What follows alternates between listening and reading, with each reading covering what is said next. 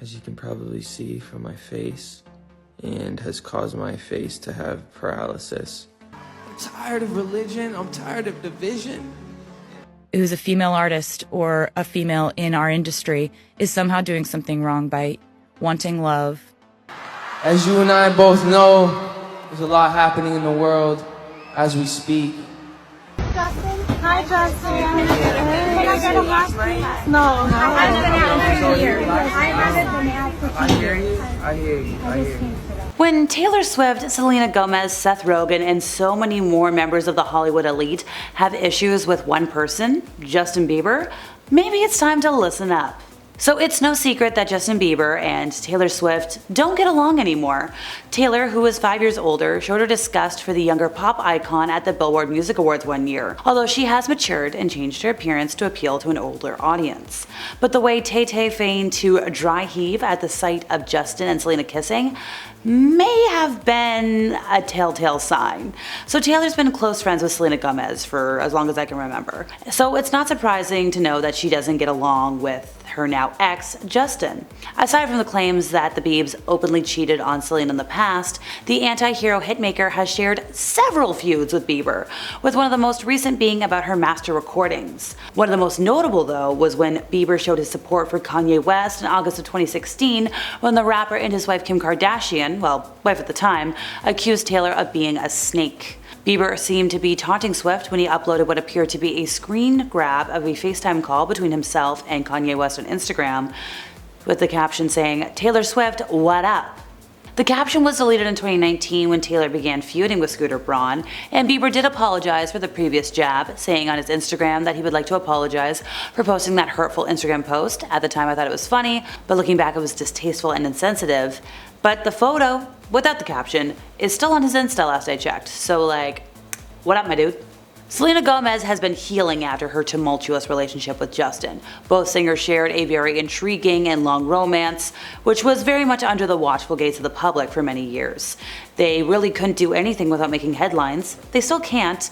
However, the exact nature of their relationship and the burdens that came with it are harder to understand if you're just, a parasocial follower like myself and yourself. After their definitive separation in March of 2018, Selena Gomez had the time to contemplate this era of her life. She even stated in an interview in 2020 that the relationship consisted of emotional hardship and harm. She then stated that she had to take some time to evolve out of the victim mentality, which that's a lot of yikes.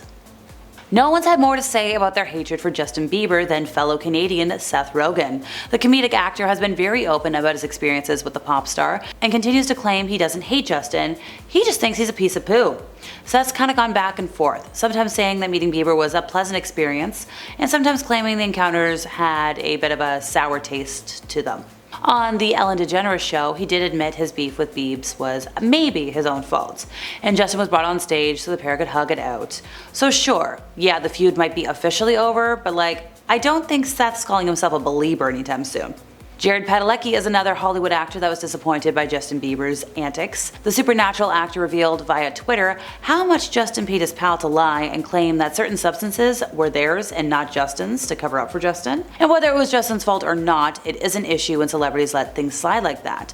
And people are, voicing their displeasure. Even while Justin Bieber's excessive partying doesn't appear to catch up with him yet, a lot of folks are like, when's the day coming? In 2013, Justin was reportedly 2 hours late for one of his shows, sparking massive outrage. And whether it's true that Bieber was late because of technical difficulties, or he was just too busy playing video games, his fans weren't the only ones with harsh words for him. Fellow singer Jon Bon Jovi berated Justin for disrespecting his audience, calling him an a-hole, and basically told him to do his job. Now, it was probably hard for Justin not to take that personally, but really Jon Bon Jovi was appealing to all musicians who take their jobs and fans for granted. And once again, he did call Bieber an a-hole, and that's enough to make it on today's list. Drake Bell has been making headlines, not so much for his music, but because of a lot of other things ever since he left Nickelodeon.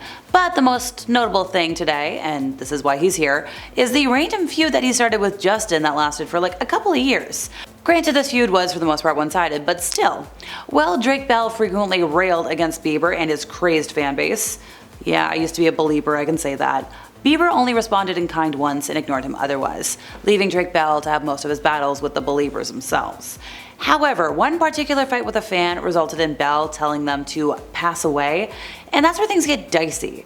And even worse than the incident was his defense of the incident. So apparently the Belieber was slinging threats at him, which prompted Bell to respond in kind.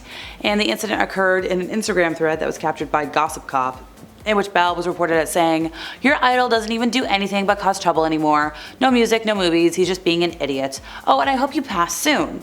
Yeah, if that sounds extreme, it's because it is. And Drake Bell had no problem openly admitting that he had in fact said that to a person. Look, to be honest, sure, at the time Believers were kind of notorious for the sheer amount of situations they found threats to be an appropriate response to.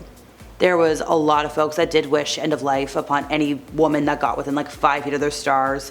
Don't even get me started on the hashtag. You know the hashtag. I'm not gonna say it, but you remember this. However, what Bell doesn't seem to realize with his comment is that it doesn't matter why he said what he did, there is no justification for wishing that sentence upon another person. Especially not so casually, and don't do it on the internet. No matter what the Belieber said, and honestly most of them were immature young folks, he shouldn't have sunk to their level. Even worse, at the time, Drake Bell had a certain level of fame and fans that looked up to him, and he highlighted as much with a retweet following his initial explanation. And somebody was like, "Oh my gosh, Drake Bell, one of the many things I've noticed that sets you apart from Justin is the massive respect you have for your fans. You're the best." Well, at the time, people were looking up to Drake Bell. They respected him, and he was basically teaching them that wishing the end of life on someone on the internet was a-okay, especially if they said it first. Folks, no, this is far too serious of an issue to treat it as something just like blasé. So I don't think there's ever been any cutesy Christmas cards sent between Orlando Bloom and Justin Bieber after their infamous restaurant brawl that was fueled by cheating rumors. Dubbed history's most pathetic celebrity scuffle by The Guardian, their fight made headlines around the world, and I believe there's some not so great vibes between the pair to this day. Bloom felt he was defending his honor against the pop prince after Bieber had attended a Victoria's Secret fashion show back in 2012. Backstage, he reportedly got very cozy with model and Bloom's then-wife Miranda Kerr, and even tried to keep up that connection after the show, although Kerr shut him down. Now, Bloom split with Kerr in 2013 after having a son, but they remain on good terms. Better than those of Bieber and Selena. But things came to a head for Bloom's fist and both for Bloom's fist and overall tensions at a celebrity-packed party in July of 2014. With a lot of folks in attendance. We're talking like Paris Hilton, Puff Daddy. Bieber seemingly blew up proceedings, shouting, "What's up, psh," at Bloom across the restaurant. Incensed, Bloom threw a sofa aside to reach Bieber, who was already backing down, before throwing a punch at him. Then security came, and according to models on the scene, first they were like, okay, one quick punch, and then they separated. Then when everyone thought that everything was quiet, the two again tried to fight each other. Then security came, they said the things, they fought, they went away. And the model who witnessed all of this was like, I don't know why Bieber came there. I think it was to provoke. There was no preparation for his table. Like, if a restaurant knows that celebrities are coming, they prepare more security. And security took Bieber out, clasping his hands behind his back. And after being quite literally, bopped, Bieber took to social media trying to hit back at his rival. He posted a very interesting photo of Kerr, followed by a photo of Bloom in tears, but like restaurant goers, the public sided with Orlando Bloom. Like somebody literally said, when Orlando punched Bieber, everybody started clapping. Everybody. We're talking like Leonardo DiCaprio was there, he was clapping. Now, to complicate matters further, in 2016, Bloom was pictured with Selena Gomez. Things seem to have calmed down since then, with both stars revitalizing their careers, but, maybe don't put the two in the same restaurant ever again. And that's all, folks. See you next time.